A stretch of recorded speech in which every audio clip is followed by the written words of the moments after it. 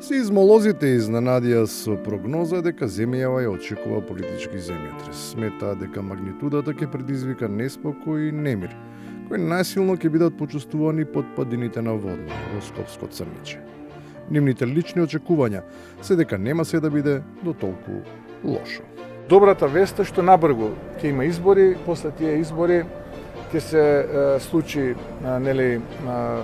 да партијата која што тој ја предводи се маргинализира и јас се надевам дека и тој и таквите како него за секојаш ќе исчезнат од политиката. Но узбуната изгледа била лажна или барем предвремена, на оние на кои им беше чекиран пат кон историјата. Визата за 2026-та им е продолжена, со опција за обновување.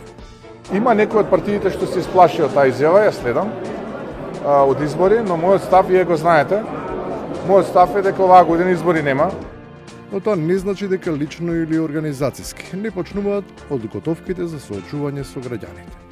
Секој гледа да зафати подобра стартна позиција, па дури и тие што се уште се на функција ги расчистуваат сметките. Не финансиските, туку политичките. Jeni si strukture vlenit në zhjede dashme? Motiko ka përfunduar unë dhe vlen.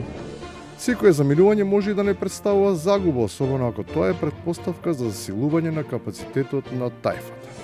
Поентата е дека така барем, сосема демократски, секој остане во кругот на фамилијата.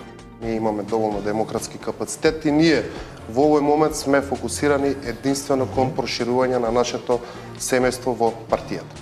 Тоа ја прави разликата меѓу нас и европјаните. Тие се саможивници, без корен, без род, без наследство. А ние посветено ги чуваме семејните вредности, оти во земја, каде сиромаштијата е традиција.